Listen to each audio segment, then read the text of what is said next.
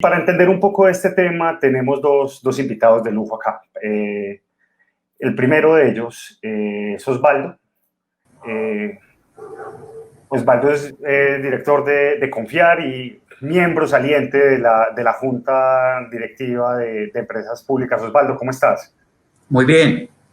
Y estamos con Paulina Aguinaga, concejala por el Centro Democrático. Paulina, buenas noches. Tenemos un problema con tu audio, no te estamos escuchando. Ahora sí. Ahora sí. Muy buenas noches. Ahora sí. Para Santiago, para el doctor Osvaldo, para Lina, por supuesto también para todas las personas que están siguiendo esta transmisión y muy contenta de estar en este espacio. Vale. Yo os propongo el siguiente orden. Osvaldo, que estuvo dentro de la Junta y que conoció todo lo que pasó, propongo que empiece Osvaldo dándonos un poco de contexto. Después, Paulina nos puede dar como la mirada política y las implicaciones que tiene para la ciudad esto. Y después de eso empezamos a conversar. Entonces, Osvaldo, pues arranco a preguntarte. Para los oyentes que les importa EPM, que no están enterados del todo, rápidamente, ¿qué fue lo que pasó que detonó la salida de la renuncia de la Junta de EPM? Bueno, muchas gracias por la invitación. De verdad me siento pues muy complacida. Primera oportunidad que tengo de compartir con Paulina, pues que la he visto desde hace mucho tiempo muy activa en este tema de empresas públicas de Medellín. Con ella tengo muchas coincidencias en las críticas que creo acertadas ha hecho por el conocimiento que tiene de EPM. Yo tengo que empezar por decir que yo solamente estuve en la Junta Directiva de EPM 4 meses, estuve desde finales del mes de marzo hasta comienzos del mes de agosto. Llegué a la Junta Directiva de EPM por invitación del alcalde Daniel Quintero como vocal de control, a pesar de que solamente fueron 4 meses, pues por lo que significa esta empresa y la importancia que tiene. La verdad es que tuve la posibilidad de tener mucha empatía con lo que allí pasaba, porque pues desde hace algún tiempo también he seguido de cerca, y quien no en esta ciudad, que le interesen los destinos de la ciudad y los servicios públicos como derechos, no hace seguimiento continuo y permanente a empresas públicas de Medellín. Y mucho más cuando el alcalde Daniel Quintero fundamentó su estrategia de posicionamiento como candidato y líder político de la ciudad para llegar como candidato muy fuerte a la alcaldía de Medellín y ganar la alcaldía, todo lo relativo pues a la crisis de Hidroituango. La verdad es que yo llegué con muchas motivaciones de hacer pues como un aporte en la línea de poder ayudar al alcalde en que esta situación de empresas públicas de Medellín se consolidara en una perspectiva de poder encontrar dónde están los problemas y actuar en un sentido que yo llamo de reparación para poder transformar.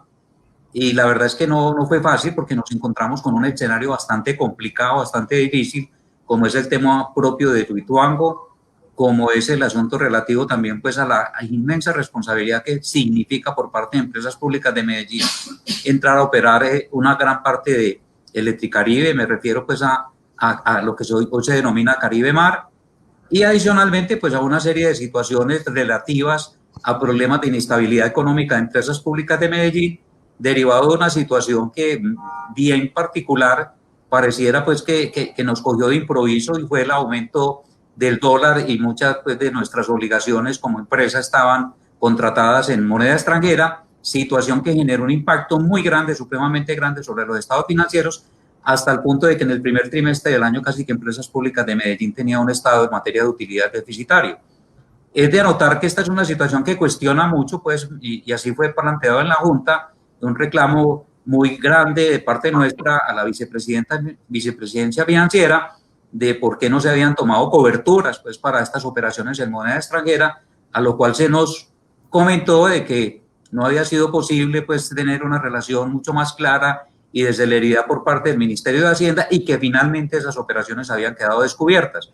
Esa es una situación que genera un impacto no solamente en el primer trimestre, ha sido menor ahora en la medida en que ha venido transcurriendo pues, el año y el dólar se ha estabilizado más, el impacto es menor, pero desde ya veíamos nosotros pues, que eso iba a tener un impacto muy grande, que incluso yo aproveché pues, para insistirle al alcalde y al secretario de Hacienda que deberíamos de tener en cuenta esa situación para efectos pues de lo que era la elaboración del presupuesto del municipio y toda la visión del plan de desarrollo con relación a lo que iban a ser las transferencias. Digamos que la situación se fue presentando, ya se vino lo de la pandemia, y en la medida que fue avanzando la situación, pues fue siendo mucho más visible los problemas cotidianos de empresas públicas de Medellín. Yo en reiteradas oportunidades fue muy claro con el alcalde de insistirle que necesitábamos una actitud mucho más, digamos, de compromiso mayor de las vicepresidencias, que no tenía yo mucha confianza en la calidad de la gerencia que había nombrado. Yo particularmente, después de ver el video pues, que ustedes acaban de presentar, donde el alcalde insiste en que había que hacer la selección de un alcalde, perdón, de un gerente de unas calidades y unas condiciones técnicas extraordinarias, e incluso se ponía pues como paradigma a Diego Calle Restrepo, que tuvo muchos años en empresas públicas de Medellín, que le dio mucha estabilidad. Pues yo tengo que decir que si comparamos pues con el gerente que nombró el doctor Álvaro Guillermo, pues en lo único que se parecen es que nos dejó en la calle con Álvaro Guillermo, a propósito de la insistencia pues o la relación con el apellido de Diego Calle. Y lo digo porque siempre fui muy claro desde que llegué a la Junta de insistirle al alcalde que me parecía que la gerencia carecía del liderazgo necesario para enfrentar las dificultades que tenía Empresas Públicas de Medellín. Bueno, seguimos en el desarrollo de las diferentes juntas hasta que llegó la situación pues del tema de el cambio del objeto social, en la intención de ampliar el objeto social de Empresas Públicas de Medellín, que incluso en varias juntas se trató el tema en situaciones particulares. Recuerdo, sobre todo en el mes de mayo, creo que fue en el mes de mayo, por iniciativa del alcalde, que nos presentaron la posibilidad de constituir un holding especial para manejar todas las inversiones de Empresas Públicas de Medellín en el exterior y crear una empresa relativa pues a toda esa intención del alcalde de Valle del Software en los temas de la tecnología, del manejo de los datos, y la postura de la Junta fue absolutamente categórica, tanto de las personas que venían de la Junta anterior como de los nuevos miembros, que es el doctor Jesús Aristizábal, el doctor Luis Fernando Álvarez y mi persona, en insistirle mucho al alcalde y al gerente que Empresas Públicas de Medellín necesitaba foco, y que ese foco estaba básicamente centrado en sacar adelante a Hidroituango, estaba centrado en hacerle frente a todo lo que significaba la presencia de Empresas Públicas de Medellín en Caribe Mar, que estaba centrado también en resolver muchos problemas de modernización de las hidroeléctricas, de las centrales que habían tenido problemas en la administración anterior, que estaba centrado también en prestarle mucha atención al tema financiero por el impacto negativo que habíamos tenido con el aumento del precio del dólar, que estaba centrado incluso en una situación pues que se había vuelto en un problema recurrente con la comunidad de Bello por el problema del apetar, que generaba situaciones de olores y que de alguna manera el olor era una expresión de los problemas a veces de ingeniería y de falta de rigor por parte pues de todas estas acciones directas o indirectas en responsabilidad de Empresas Públicas de Medellín. Se habló también del tema, pues vuelvo e insisto, en algunas juntas de la necesidad de mirar lo del objeto social. La verdad es que nunca se hizo una discusión a fondo en la junta directiva, pues a partir de mi llegada, que fue en el mes de marzo. Entiendo que en reuniones anteriores, incluso yo hice parte del proceso de empalme, algo se habló de la necesidad de mirar el cambio del objeto social, pero nunca fue una decisión de fondo de la junta directiva y le concernía a la junta, porque es el cambio del objeto social tiene que ver con la visión estratégica hacia dónde va el foco de la empresa. Nos enteramos finalmente pues por terceros en que el alcalde había llevado una iniciativa de presentar un proyecto de acuerdo al Consejo de la Ciudad, y eso de alguna manera pues significó un reparo de nosotros como junta para el alcalde y para la gerencia, que empezó a generar un malestar interno que se convirtió en una situación externa hasta el punto de que la presión llevó a que el alcalde de la ciudad retirara la iniciativa del proyecto de acuerdo. Primera situación. Ese tema, incluso posterior de que fue retirado el proyecto de acuerdo, nunca tuvo nuevamente una discusión a fondo en la Junta Directiva de Empresas Públicas de Medellín. Yo incluso fui muy sincero con el alcalde y le dije en un chat que le mandé: señor alcalde, vale la pena que ese punto del cambio del objeto social, si usted además dice que va a insistir en la presentación de un proyecto de acuerdo en el mes de octubre, que lo pongamos sobre la mesa en la junta directiva y definamos con toda claridad cuáles son las condiciones y la conveniencia para el cambio del objeto social. Eso se quedó pues en una intención de que lo íbamos a tratar más adelante, no se resolvió de fondo, y después viene el incidente pues del 10 de agosto, que es la presentación en público por parte del gerente y el alcalde de la ciudad de la iniciativa, que el alcalde no habló de un proceso de conciliación, así esa fuera la intención, sino que trina diciendo pues de que se acaba de definir por parte de Empresas Públicas de Medellín una decisión de empezar una demanda por 9.9 billones de pesos frente al consorcio, los contratistas, los interventores, las compañías de seguro y todo lo que tuviera que ver con Hidroituango. La verdad es que para nosotros fue sorpresa porque el 28 de julio la junta directiva, después de haber tenido incluso comité de seguimiento de Hidroituango, porque en eso hay que decir, la empresa tiene muchos comités de seguimiento por parte de miembros de la junta y vicepresidentes, donde analizábamos en detalle muchas situaciones previas antes de llegar a la junta directiva, y además comités que se hacían con rigor de 4 o 5 horas, y posteriormente juntas directivas que empezábamos a las 7 de la mañana y terminábamos a las 4 y 5 de la tarde. En la reunión del 28 de julio se presenta de manera oficial por parte de la administración una propuesta oficial a la junta directiva de hacer una adición al proyecto de Hidroituango por 900.000 millones de pesos, para redondear una inversión total de 16.2. La verdad es que eso tuvo mucha discusión. Volvió a aparecer entonces el tema de que esa inversión traída a valor presente, de acuerdo pues con todas las formulaciones de tipo matemático y financiero, estaba dando valor presente negativo. Volvió a aparecer sobre la mesa la importancia y la necesidad de terminar Hidroituango, que lo peor era dejarlo a la mitad del camino. Finalmente, después de toda la discusión, la junta directiva aprueba la decisión. Vaya sorpresa, pues, y este es el contraste y el reclamo que nosotros le hacemos al gerente y al alcalde.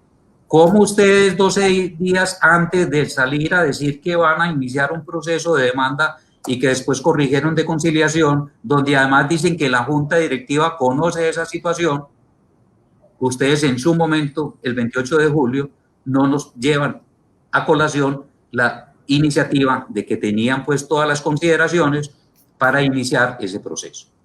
Eso motiva de parte de la junta directiva una solicitud de una reunión extraordinaria, solicitud que hicimos al alcalde, hicimos al gerente, donde hicimos la junta extraordinaria, pedimos las explicaciones y las explicaciones fueron las de siempre, ¿no? Lo del objeto social se trató, se compartió, pues nosotros fuimos absolutamente claros que sí, que se había compartido, pero que nunca se había aprobado de fondo, y que con relación al tema de Hidroituango, pues que tampoco habíamos sido consultados.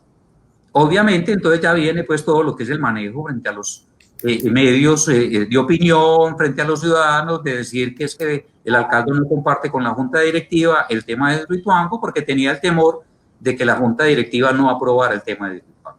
Yo particularmente hablé con el alcalde después de haber presentado la renuncia y le dije que no compartía esa postura, que me parecía que había sido muy incorrecta y que incluso en el caso mío particular pues yo había salido ahí de alguna manera sacrificado, porque se suponía que yo era el hombre del alcalde, el hombre de confianza del alcalde en la Junta Directiva de Empresas Públicas de Medellín, y yo de eso no tuve ninguna información, y tuve la capacidad de decirle al alcalde, señor alcalde, entonces andábamos con dos agendas, una era la agenda suya con la Junta Directiva y otra era la agenda suya con el gerente de la empresa, porque también hay que decirlo que frente a pedirle opinión a vicepresidentes con relación si habían participado de estudios de elaboración de matrices de riesgo con relación al tema de Hidroituango, pues nos manifestaron que ellos también fueron absolutamente sorprendidos con que se llevara esa situación a los medios sin conocerla por parte de ellos en detalle.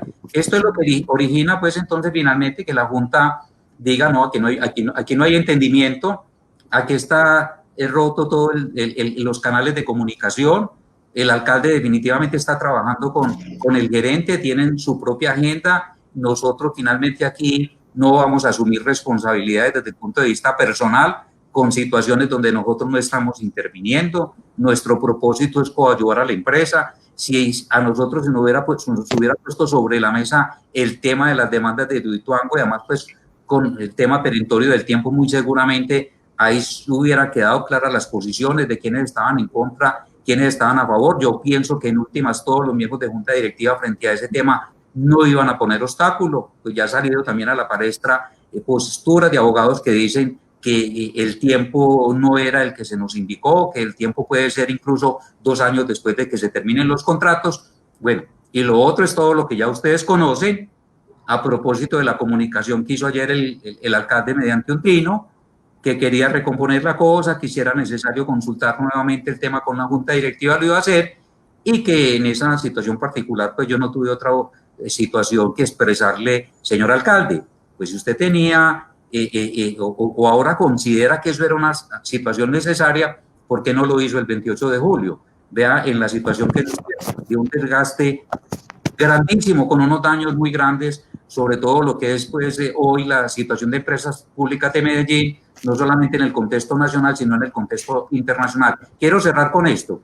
Empresas Públicas de Medellín había logrado una colocación de bonos muy importante comenzando en el mes de julio por $750 millones, para lo que había sido necesario un trabajo muy a fondo por parte de la vicepresidencia financiera y donde se había atendido con mucho rigor lo de las exigencias, entre ellas pues toda la justificación de la importancia del gobierno corporativo, toda la importancia en relación al tema de que si la empresa tenía contingencias cercanas o en ese momento en discusión, a lo cual Empresas Públicas le dijo a los que ayudaron a poner los bonos en el mercado que Empresas Públicas no tenía situaciones pues apremiantes en materia de contingencias. Hoy esa situación pues a propósito de la iniciativa que se tiene del proceso de conciliación y posible demanda, pues ya sabemos la situación de impacto grandísimo desde el punto de vista del deterioro de la imagen de Empresas Públicas de Medellín en el escenario financiero internacional y nacional.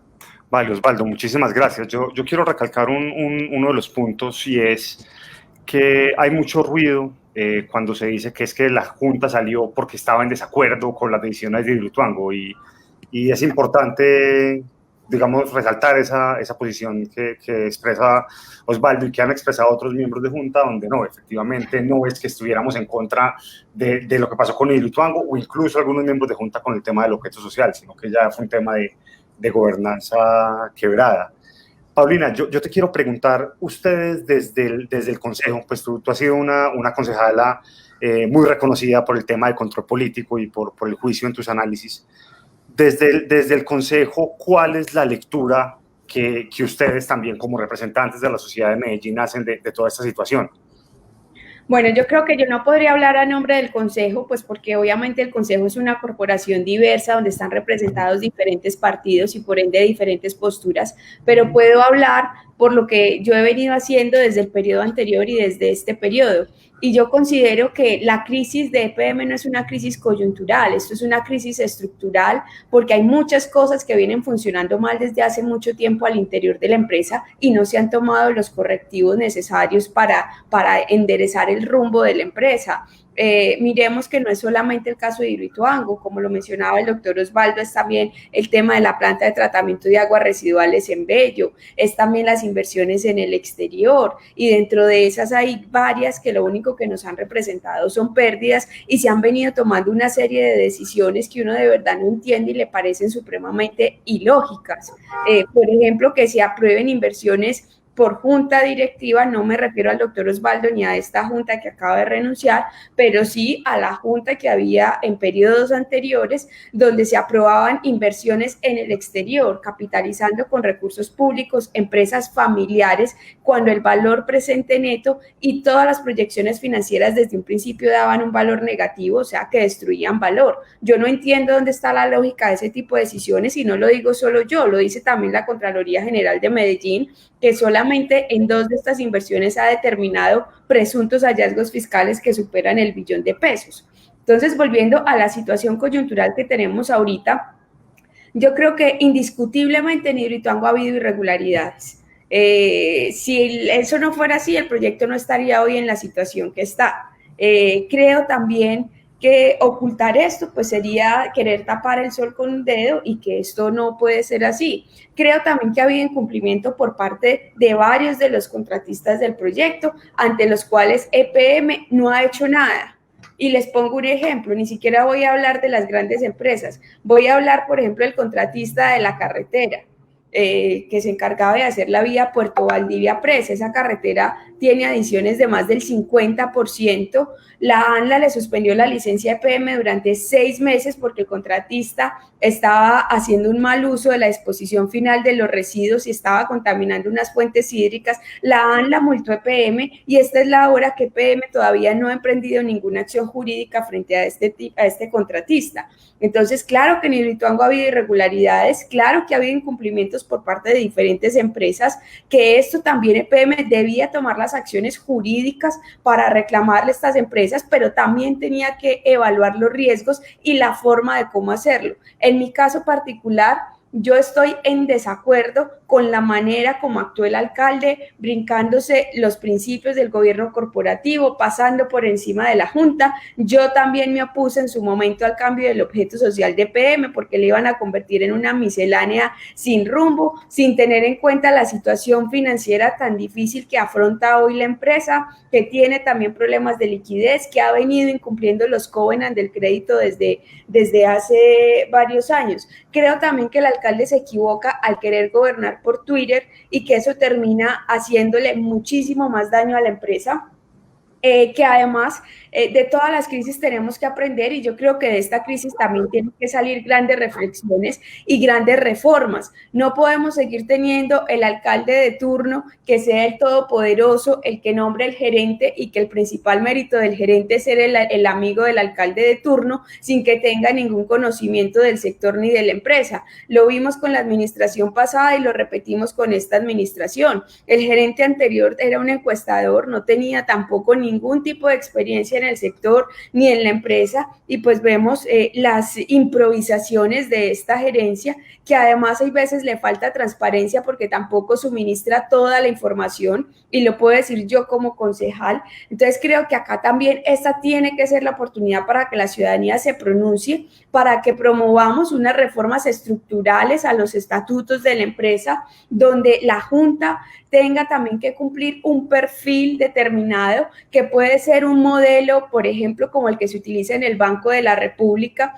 donde si asiste el ministro de Hacienda y demás, pero el ministro es un miembro más de la Junta, no tiene todo el poder y estos miembros son absolutamente independientes y comparten periodos, 2 años con un gobierno y 2 años con el otro gobierno. Y creo también que hay que tener un sistema de pesos y contrapesos, que el gerente de EPM también tiene que reunir unas condiciones mínimas, porque el único mérito no puede ser que sea el mejor amigo del alcalde. Y esto, creo que estas decisiones son las que han llevado a que la empresa hoy se encuentre, yo diría que en cuidados especiales, hay que tomar acciones y como ciudadanos esa también es la invitación. Creo que debemos pasar de la crítica a la acción y con propuestas claras que nos permitan un sistema de pesos y contrapesos, porque el alcalde de turno no puede seguir siendo el todopoderoso. Lo hemos visto también que cada alcalde llega a venderle un pedazo a la empresa para pagar sus promesas de campaña. Lo vimos con la fusión de Unemilicom y ahí tenemos los recursos enterrados en Parques del Río. Lo vimos con la administración anterior, con la venta de las acciones de EPM en Isagen para cofinanciar el tranvía de la 80 cuando ese era un tranvía. No se hizo tranvía. Cuando fue esta administración a mirar el cierre financiero del proyecto, ya solo quedaban 100.000 millones para ese proyecto y los recursos se destinaron en otras cosas. Y esta administración ya también había planteado y quedó dentro del plan de desarrollo vender lo que quedaba de UNE. Entonces, yo también creo que a eso también como ciudadanos tenemos que ponerle un freno. No es posible que cada administración quiera llegar a venderle una parte a la empresa para poder financiar y pagar sus promesas de campaña.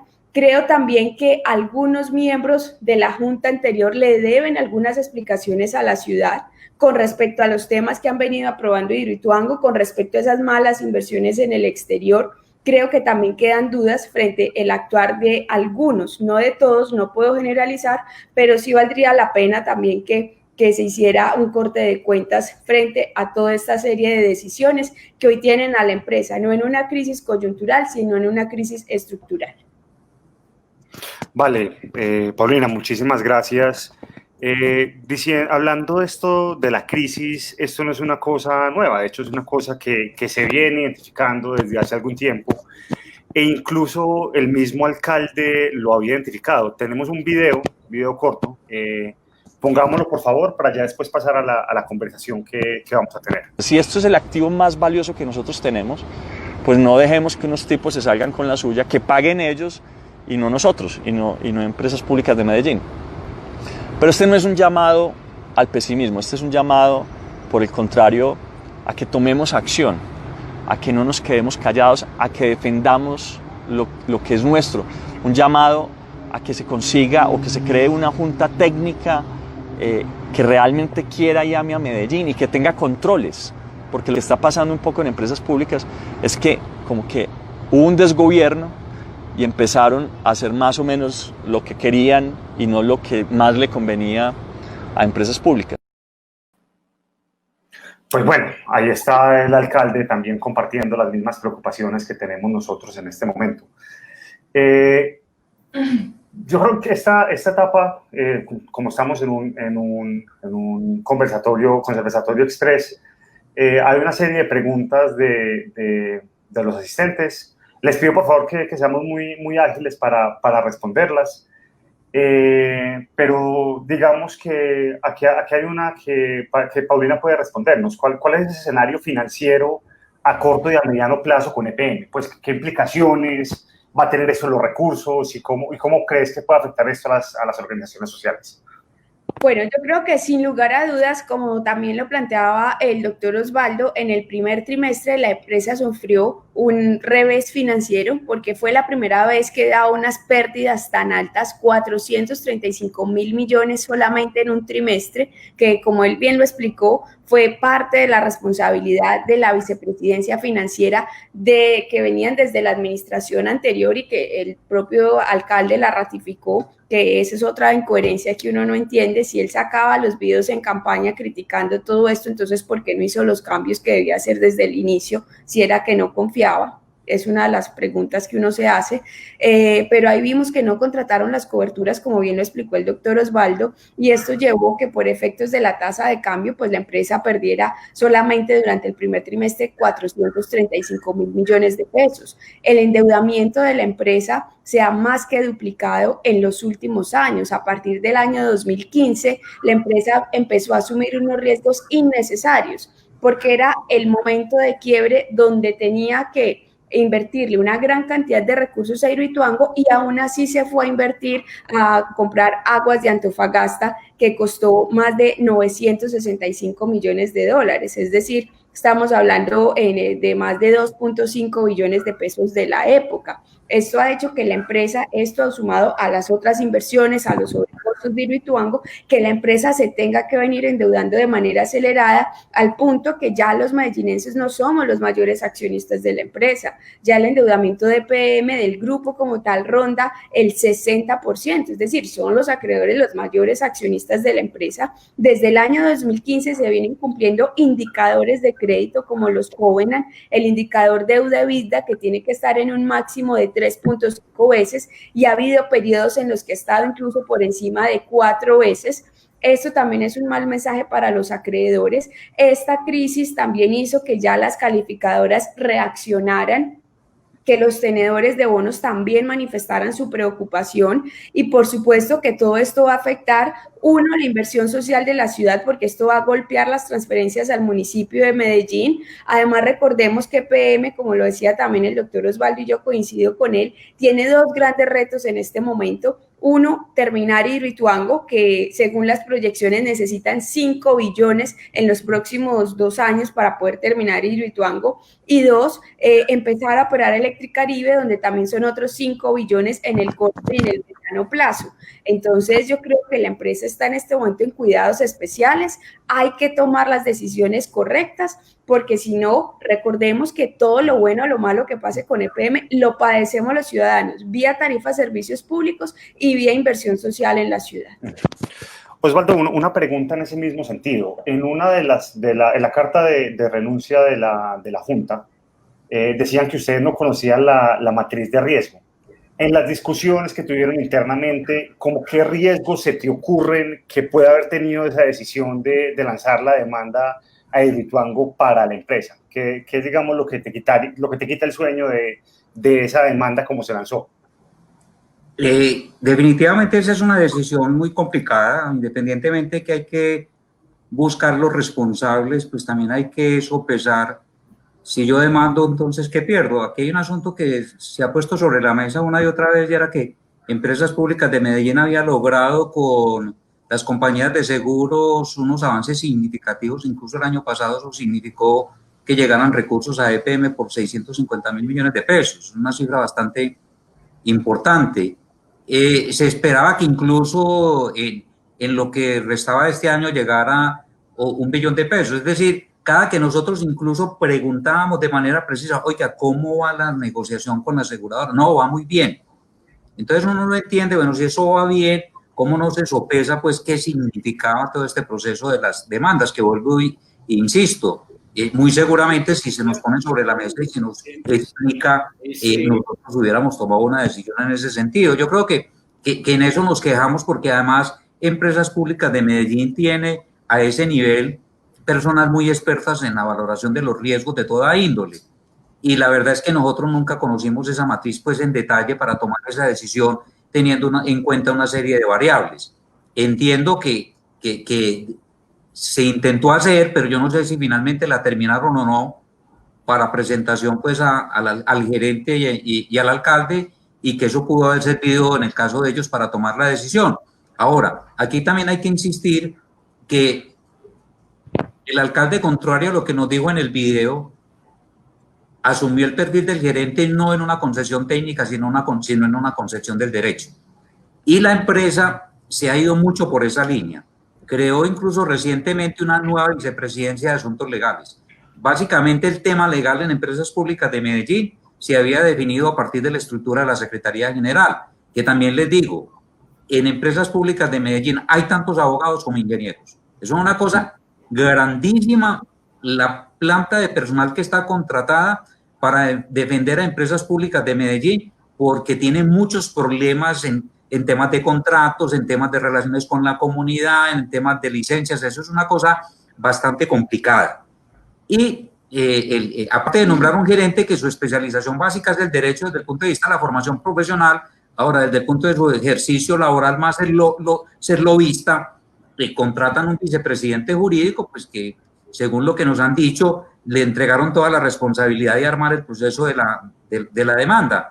Y a juicio incluso de algunas personas que conocen el derecho, dice que la demanda o el proceso de conciliación tiene muy poca fundamentación jurídica. Bueno, no sé. Entonces yo sí creo, pues, que hay una gran debilidad, y que son situaciones que incluso yo particularmente le puse de presente al alcalde. Yo les quiero leer aquí un mensaje que yo le puse al alcalde después de salir de una junta directiva. Alcalde, buenos días, le comparto mi preocupación sobre la situación de EPM. En el corto plazo que llevo en la junta, siento que hay improvisación. Querida concejala, me coincido con usted en muchas cosas. Siento que hay improvisación, que la estrategia general es difusa y la nueva administración no hace un aporte contundente y generador de valor para corregir y dar foco al camino de EPM. Es decir, la postura no es una postura, como algunos dicen, pues, no, todo lo contrario, de llamarle permanentemente la atención al alcalde. Una expresión de lo anterior es el proceso llevado con el tema del objeto social. Faltó claridad y oportunidad en poner el tema sobre la mesa para discutirlo con el Comité de Estrategia y con la Junta. Después del retiro que se hizo del proyecto en el Consejo, tampoco hemos tenido un llamado para saber qué pasó y cómo vamos a hacer el abordaje de lo que viene. Usted ya me ha escuchado de decir la importancia que tiene la gestión de excelencia que requiere EPM para dar un gran aporte al éxito político de su alcaldía. Y esto lo decía yo reiteradamente incluso en la junta directiva. Osvaldo, una pregunta, qué pena lo interrumpo.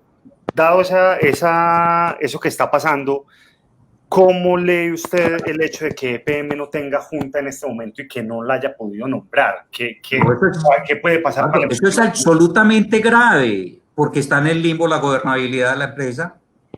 Esto es gravísimo, gravísimo. Yo no sé cómo los ciudadanos no leemos la gravedad extrema de eso. Pues no es gratuito que al alcalde lo hayan llamado el día de ayer a la presidencia de la República, conjuntamente con el gerente. Y es gravísimo en el contexto internacional. Paulina y queridos amigos, hoy el escenario de empresas públicas de Medellín no es un negocio de servicios públicos. Está capturado por el negocio financiero internacional del neoliberalismo.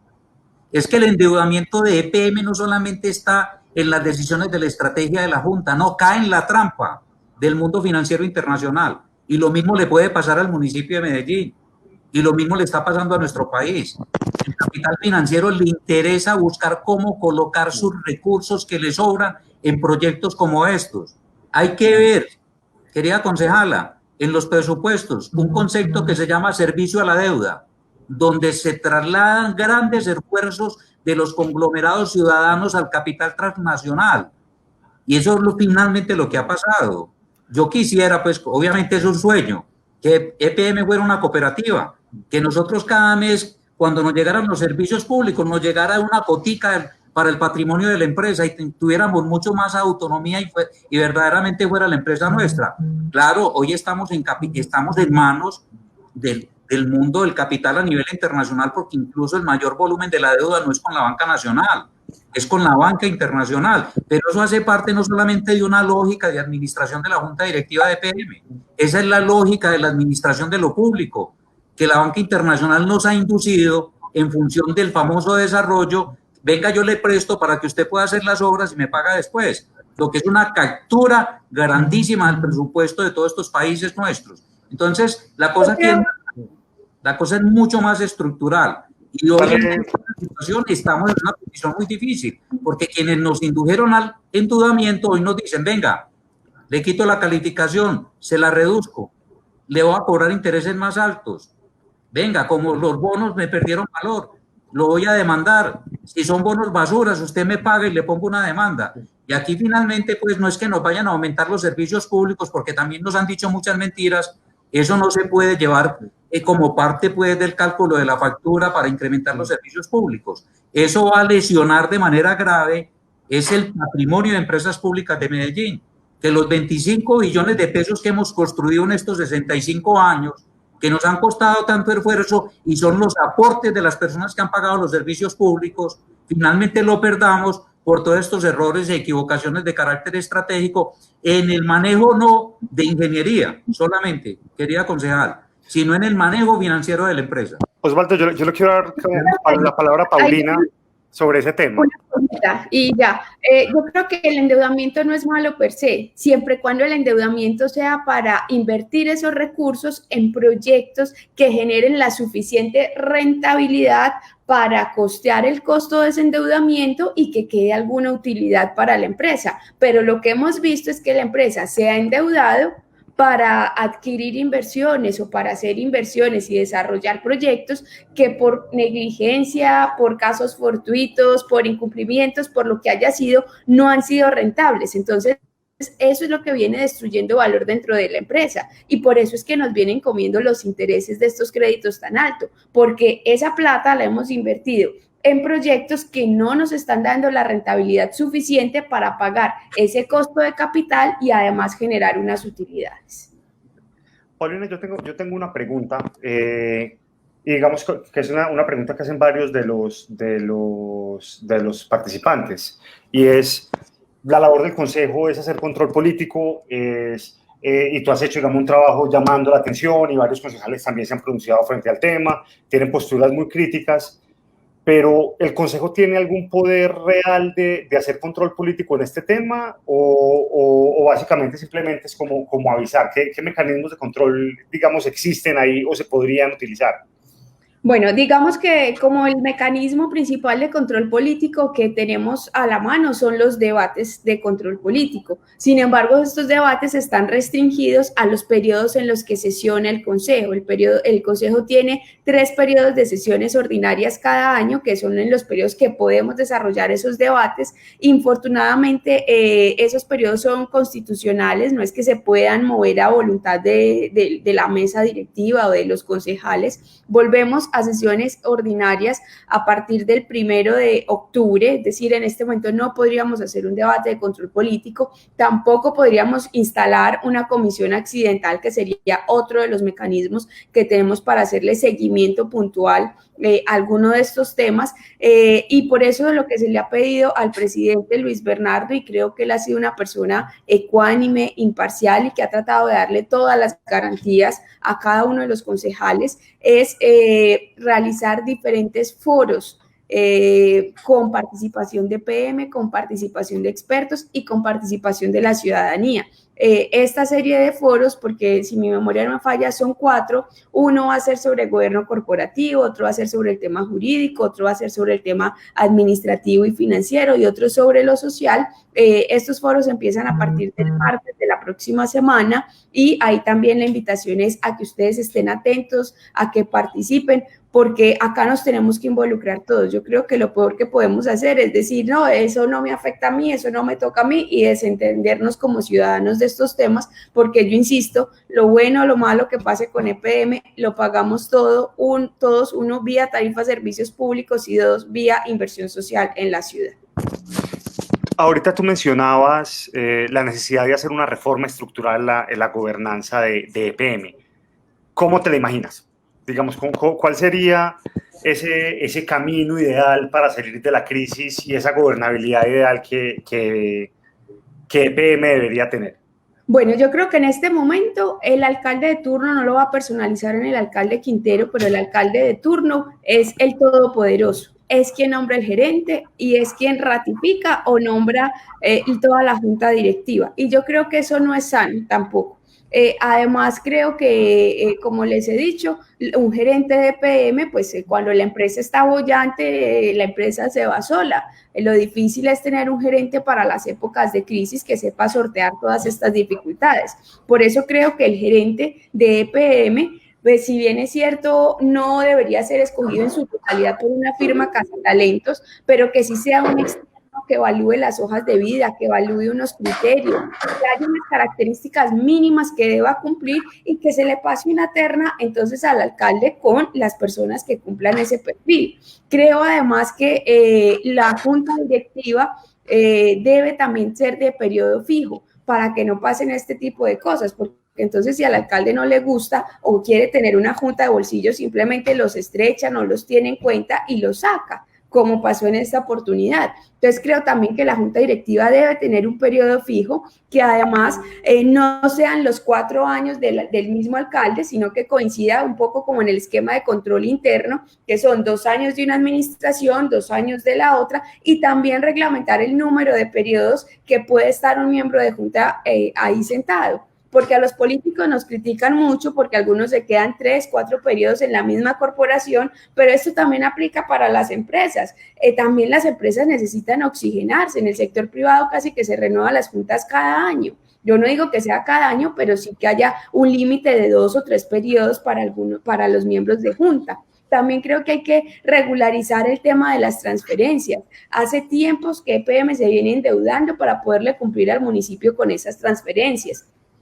Y que esas transferencias se deben calcular no sobre la matriz, sino sobre el grupo, porque como se han hecho malas inversiones, en muchos casos las utilidades de la matriz son mayores que las del consolidado del grupo. Y cuando uno hace el análisis, resulta que lo que le pasa a EPM al municipio termina siendo hasta el 80% de las utilidades del grupo. Entonces, ¿qué empresa o qué grupo va a tener proyección si cada año se le saca hasta el 80% y adicionalmente la ponemos a que financie becas, a que construya UAS y a que desarrolle otro tipo de proyectos? También reglamentar que cada alcalde no pueda llegar a venderle un pedazo para pagar sus promesas de campaña. Si se va a vender un activo de la empresa porque no es estratégico, porque no es rentable, ese dinero debe reinvertirse en el giro del negocio, en el curso de la empresa, y no para que se siga desangrando la empresa simplemente por los caprichos del gobernante de turno. Creo que esas serían algunas de las propuestas. Ok. Osvaldo, uno de los participantes, Andrés Felipe, le pregunta si usted estaría dispuesto a volver a la Junta de EPM. Yo le quiero cambiar esa pregunta un poquito. ¿Qué tendría que pasar para que usted esté dispuesto a volver a la Junta de EPM? No, es muy difícil.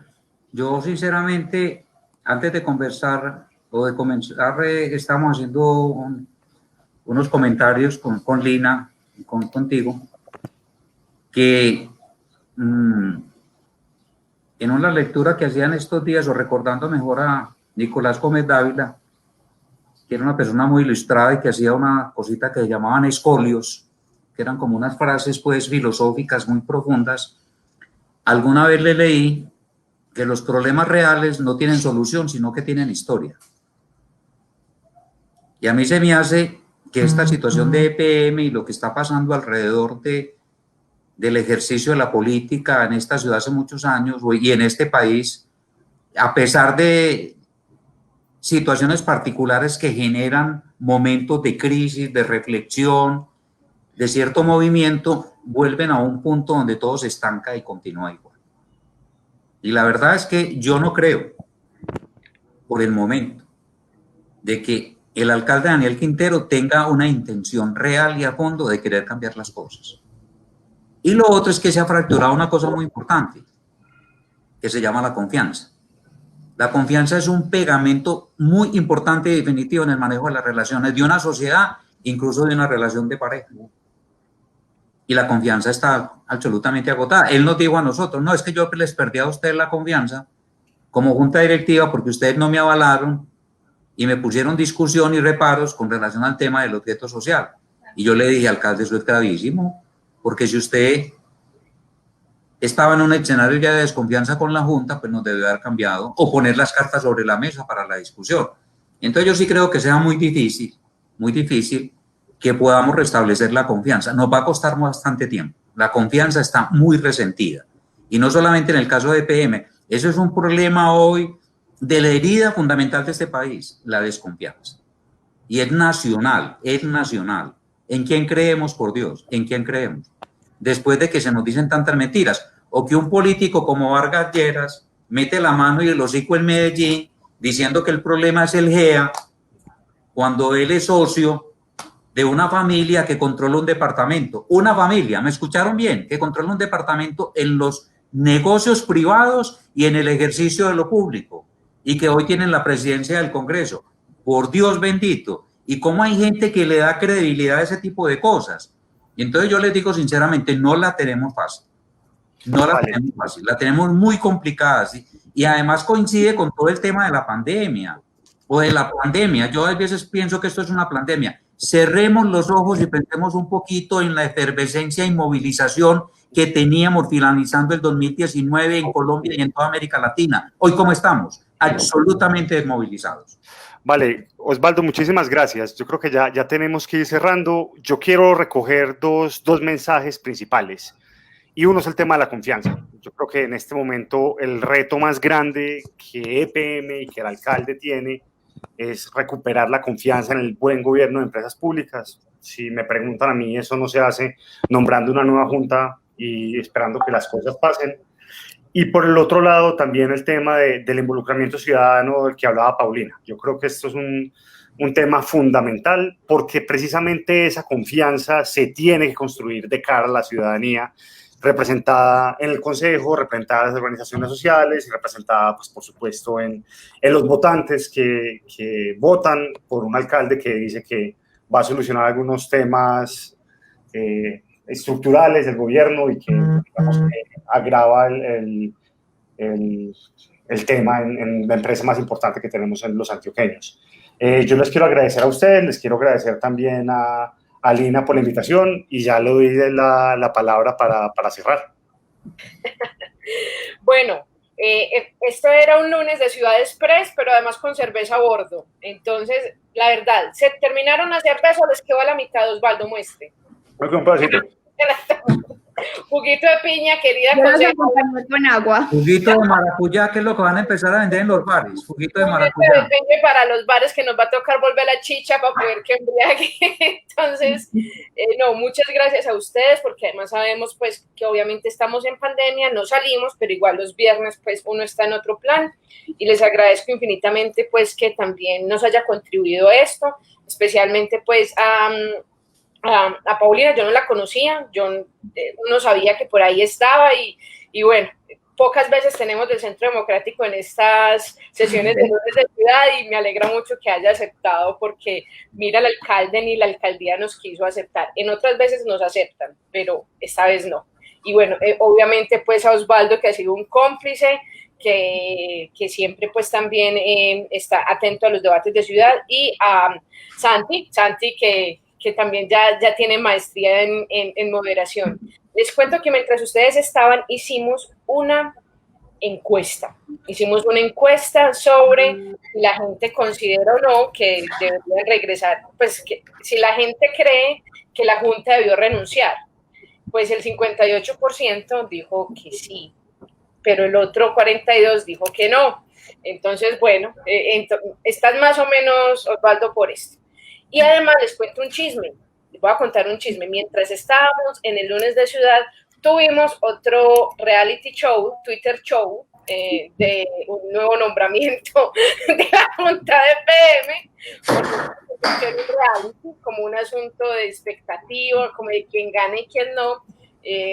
No le pasamos a nuestro webmaster para que lo viera, pero lo pueden ver en Twitter. Dice así: @Quintero Calle, que es el del alcalde, dice: Pablo Felipe Robledo, ex superintendente de Industria y Comercio, ex magistrado y especialista en Derecho Procesal Civil, candidato a magíster en responsabilidad contractual y extracontractual civil y del Estado, nos acompañará en la nueva Junta de PM. Uno no sabe, al parecer... Se confirma, una línea completamente en el derecho, no en la ingeniería. Así es, Osvaldo, pero además pues esperemos que este no se le patrasee porque se le patrasearon dos. Entonces se vuelve un reality y mientras tanto la gobernabilidad y la confianza ciudadana, que es tan difícil recuperarla, al traste. Y la gente renunciando y los ciudadanos tenemos que seguir hablando, denunciando y haciendo pedagogía. Muchas gracias, nos vemos en el lunes de ciudad del lunes, de ese sí, y al conservatorio. Un abrazo y feliz viernes. Que estén muy bien, muchas gracias. Muchas gracias, Lina, al doctor Osvaldo. Paulina. Osvaldo, Paulina.